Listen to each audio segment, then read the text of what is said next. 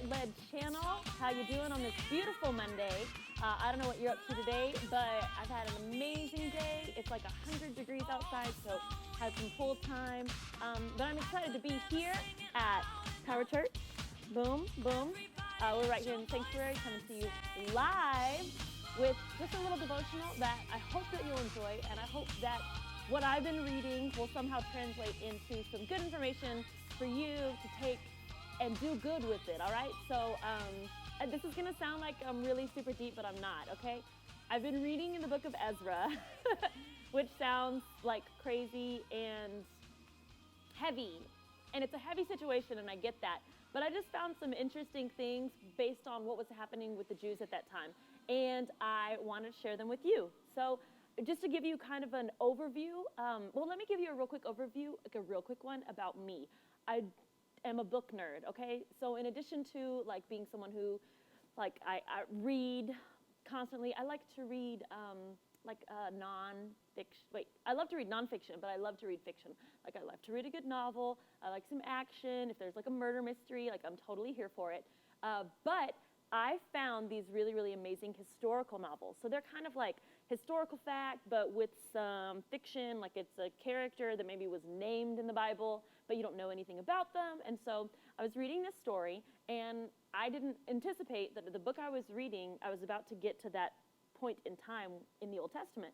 And so it gave you, I know it's like fictional and it's made up, but it made sense and it fits within the context of what's happening at that time. So it gave me this insight into what it was like to be a Jew in, drumroll please, Babylonian captivity. Oh my gosh, this sounds so super deep, but I promise you, it's not going to be too much for you to handle right now. So let me give you a real quick understanding of what I've been studying and what's happening in Ezra, right? You've got, the Jews have been in Babylonian captivity.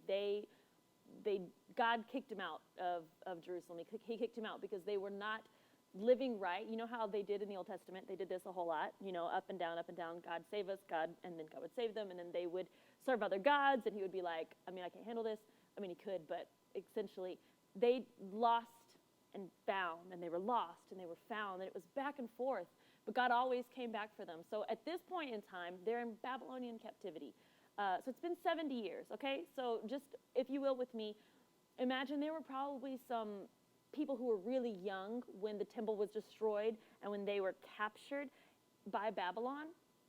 But 70 years later, you've got a few generations that have happened. So there are some people who were Jews, but they grew up in Babylonian captivity. So that's all that they knew.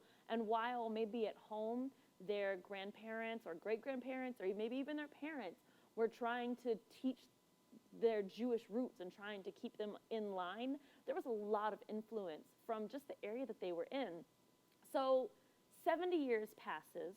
King Cyrus makes this decree to free them, not just to free them, but to send them back to Jerusalem to rebuild the temple. So this was huge. Like, if you could even understand the magnification of like God's hand and on someone's heart that didn't love God, but you know what I'm saying? Like, God used a person to free the Jews, not just to free them, but to send them back to rebuild their temple, and gave them all their stuff back. Okay, it was crazy, right? So the Jews make this trip back, but not all the Jews go. Some of them stay back in Babylon because this is what they know, this is where they've been. So they decided not to leave.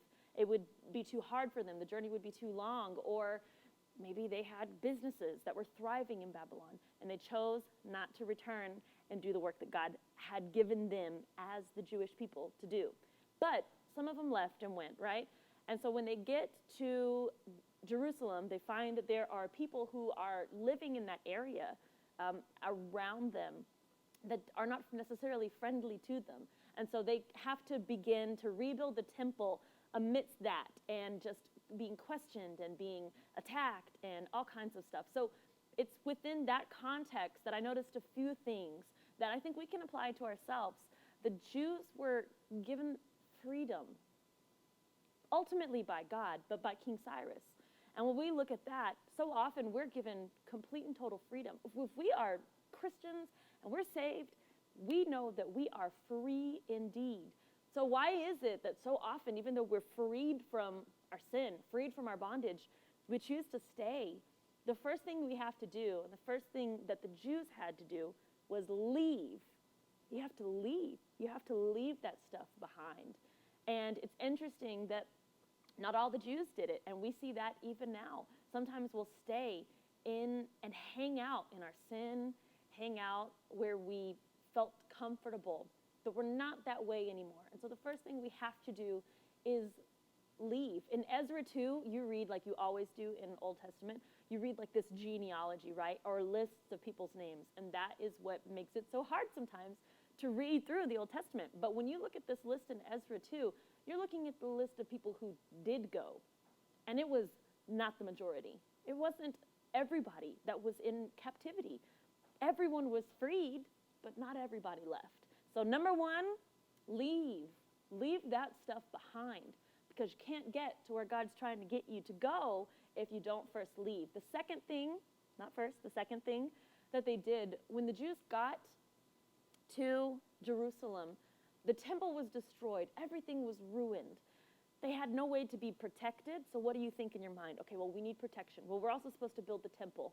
So they've got an order to build the temple, and they really would like to be safe, because there are people around them who don't like their presence there, who would attack them.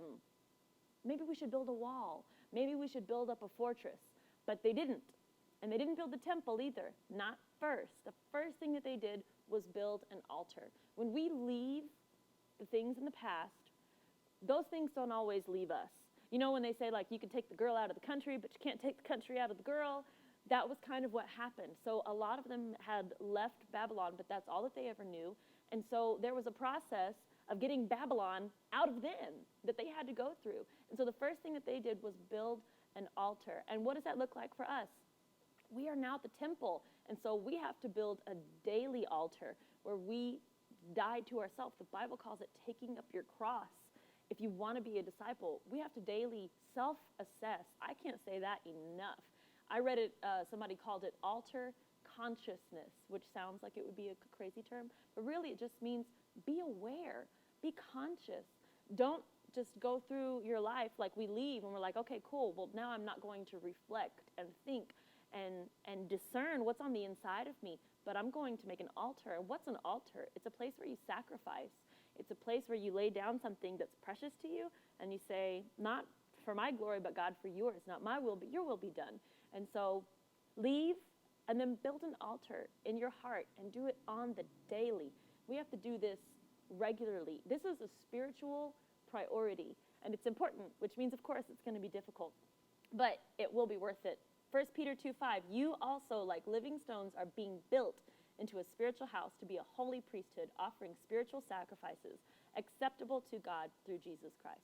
Listen, if it was easy to do, it wouldn't be worth it, but it's worth it. The third thing, this is so interesting because I see this happen so often with us.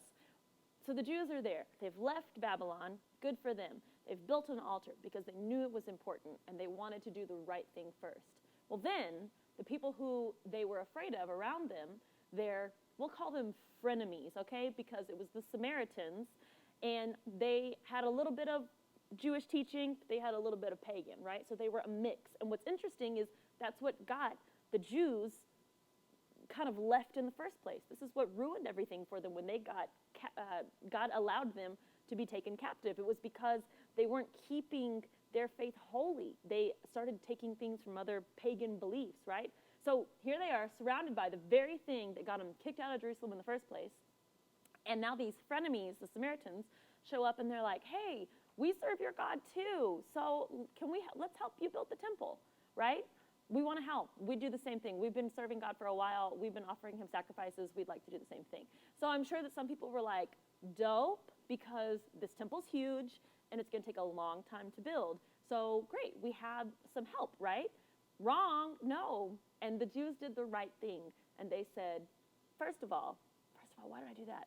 Two things. First of all, clearly the Samaritans weren't worshiping God the way that the Jews would have worshiped him, because they knew you can't make sacrifices without an altar or without a priest. And those were just things that the Jews knew. That was part of their law. And so the Samaritans had been offering sacrifices, and they were trying to do the right thing, but they were going about it the wrong way. And so the Jews could recognize that these people were not really in line with what they wanted to do. And also the Jews knew, this is something God's called me to do, and I got to do it without your help. So number 3, check your circle. Be careful who you let in. Not everybody who says they're for you is really for you. Not everybody who says they're going where you're going is really going to go where you're headed. Sometimes they just want to be along for the ride. Sometimes they want to sabotage you. And it's not entirely clear at that moment to the Jews what the Samaritans are up to. But once they get denied, the Samaritans begin to attack them and question them. And so you can see that really they didn't have the Jewish interest in mind. They just wanted to be a part of something. And so you got to check your circle and beware people who just want to jump in and head to where God's given you to go. And be very careful and be prayerful about the people that you allow in your circle. Because let me tell you, they'll move you right around. And before you know it, you're mixing with the same people who are doing the thing that you used to do. So you can't do that anymore. So you got to leave, you got to build an altar, and you got to check your circle. And the last thing is obey. The Jewish people obeyed God. They knew that they were called to do something, and so they decided that that's what they were going to do. No matter what came against them, no matter what they had to face, no matter what it felt like, they were going to obey God. And so that is what I have gleaned from just reading through a few chapters in Ezra. I would encourage you totally, if you don't have like a Bible study regiment that you're into, find one. Get into the Word, because God will give you insight that will strengthen you and help you in your daily life. And it's invaluable. So this has been the Spirit-Led Channel. I'm Shanna Saint. Please like, share this video, comment, say something. We'd love to hear from you. And we will catch you guys next Monday on the Spirit-Led Channel. Thanks for stopping by. Much love.